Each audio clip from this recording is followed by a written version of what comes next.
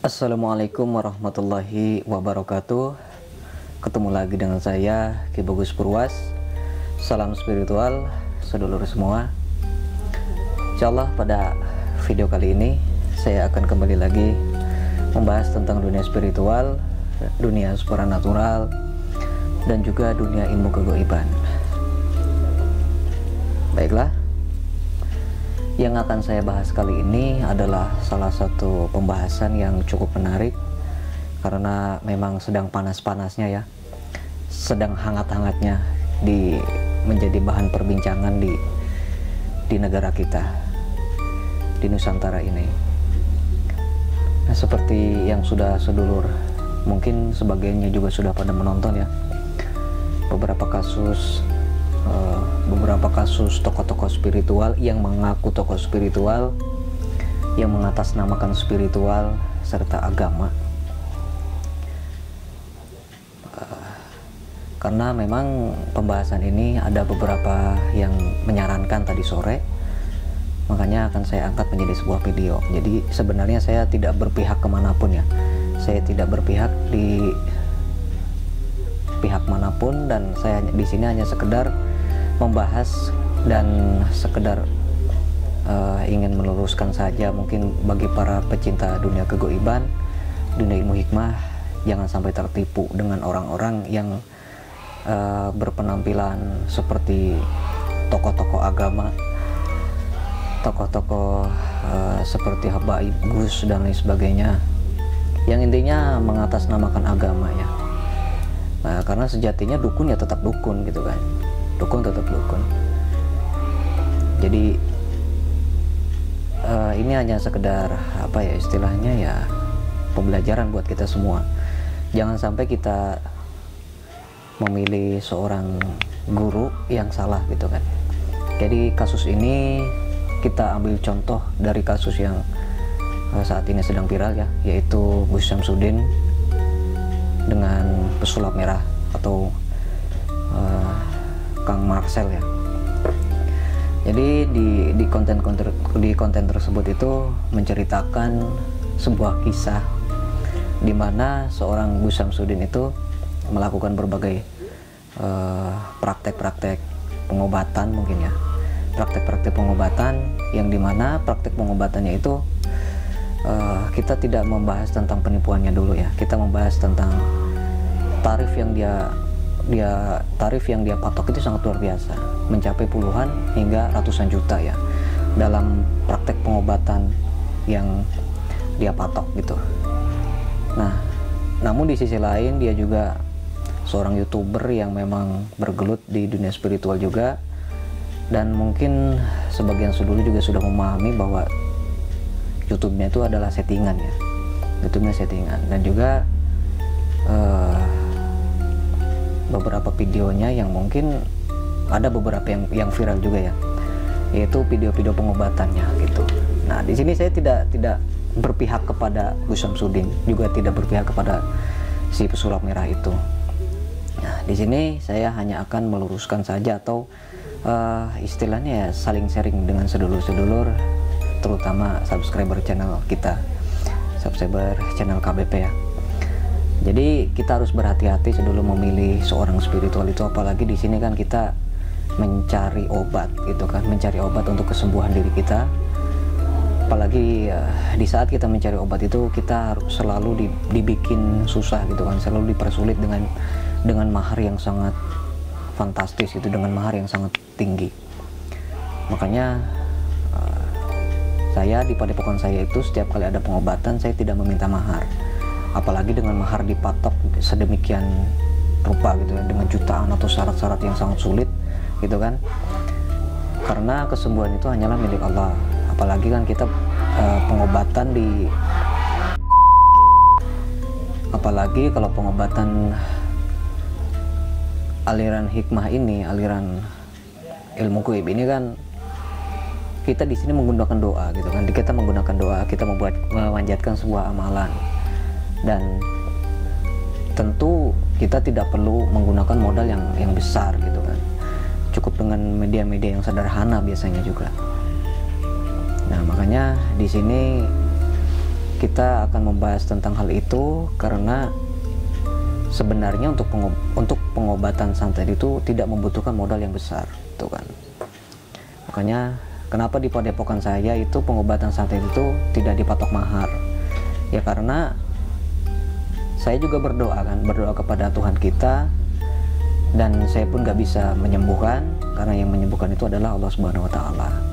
Nah begitu. Nah sedangkan untuk pembelajaran yang kita dapatkan adalah, jadi kita jangan sampai melihat dari apa ya istilahnya dari luarnya sedulur. Kalau dari penampilan luar kan banyak ya para gus-gus, para ustadz-ustadz, kiai-kiai yang memiliki penampilan yang sangat agamis gitu kan. Dengan penampilannya yang di luarnya itu menggunakan sorban, menggunakan peci, menggunakan jubah gamis gitu, yang selalu mengatasnamakan agama, selalu mengatasnamakan agama Islam. Namun saat disuruh mengobati, ternyata teknik pengobatan itu sama sekali tidak ada unsur-unsur Islamnya, yaitu menggunakan media-media atau praktek-praktek pengobatan yang tetap menggunakan aliran ilmu gaib kan gitu. Makanya kita harus berhati-hati di sini, jangan sampai kita melihat dari sisi luarnya ya gitu. Kita harus melihat dulu bagian dalamnya. Jadi di dalam padepokannya itu bagaimana, prakteknya itu bagaimana, dan hasilnya bagaimana gitu. Makanya kan banyak ya dari beberapa trik para dukun-dukun semenjak ada si pesulap merah itu, banyak praktek-praktek perdukunan yang sudah mulai terbongkar, banyak praktek-praktek perdukunan yang prakteknya itu terlihat gitu kan, di mana triknya, di mana istilahnya settingannya, di mana banyak yang sudah ketahuan. Nah, ini pembelajaran buat kita semua supaya kita tidak tertipu dengan penampilan dan juga aksi mereka gitu kan. Makanya kita harus memperbanyak menelusuri, mencari tahu dulu gitu. Begitu. Apalagi kan banyak ya sekarang dukun-dukun yang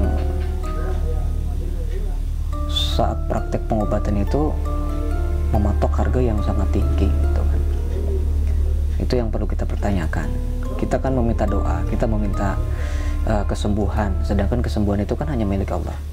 Wajar kalau kita meminta kesembuhannya itu di rumah sakit, karena rumah sakit kan membutuhkan peralatan-peralatan yang lengkap, dan obat-obatannya juga ya mahal juga kan. Mereka juga membeli obat-obatan tersebut. Nah, kalau di dunia spiritual itu kan nggak seperti itu. Biasanya dengan modal media air putih saja atau dengan pembacaan ayat-ayat suci Al-Quran, apabila memang praktiknya itu menggunakan bacaan doa ruqyah kan, begitu.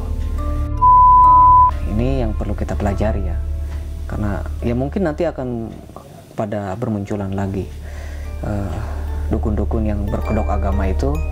Mereka akan mulai bermunculan, mereka akan mulai terbongkar praktek-praktek mereka, praktek-praktek yang mereka lakukan itu praktek penipuan mereka ya gitu. Nah ini yang perlu kita ketahui sedulur. Nah untuk pesulap merah sebenarnya ada beberapa yang saya sukai dan ada beberapa yang saya tidak sukai. Kalau dibilang di mana yang saya sukai, yaitu adalah letak keberanian dia sedulur. Dia berani mendatangi berbagai dukun, mendatangi berbagai praktek-praktek spiritual yang menurut dia itu hanyalah settingan gitu kan. Dia sangat berani. Tapi ternyata dia juga tidak berani apabila ada seorang dukun yang menantang sesuatu hal yang sama-sama dilakukan gitu kan, sama-sama dilakukan dengan cara yang sama, dia belum berani sedulur gitu. Dia hanya sekedar membongkar saja mungkin seperti itu ya. Ya itu terserah mereka, itu urusan mereka ya. Namun ya ini juga bisa kita ambil pelajarannya sedulur. Kita bisa ambil hikmahnya dari tontonan-tontonan kita tersebut ya, yang marak akhir-akhir ini, yang viral akhir-akhir ini. Begitu. Jadi intinya kita jangan langsung mempercayai suatu aksi atau istilahnya sesuatu hal yang mereka lakukan di YouTube atau di televisi atau dimanapun ya. karena yang namanya konten ya tetap konten gitu kan, yang namanya video ya tetap video gitu ya. Intinya mereka hanya sekedar membuat video, mereka hanya sekedar membuat untuk menghibur kita sebagai penonton gitu.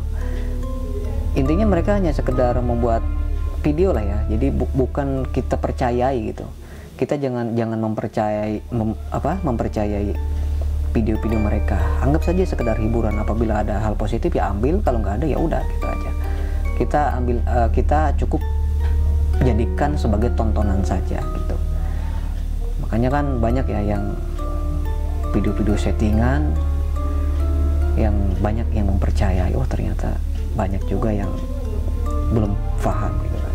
Makanya bagi subscriber channel ini, jadilah orang yang cerdas gitu ya dalam memilih guru, memilih seseorang pembimbing gitu. Jangan asal-asalan ya, jangan melihat dari luarnya saja lah. Dari luarnya wow terkesan sangat agamis, terkesan sangat baik gitu kan, kita belum tahu dalamnya gimana. Nah mungkin cukup sekian dulu konten kita kali ini, semoga bermanfaat buat semuanya. Saya Ki Bagus Purwas, assalamualaikum warahmatullahi wabarakatuh.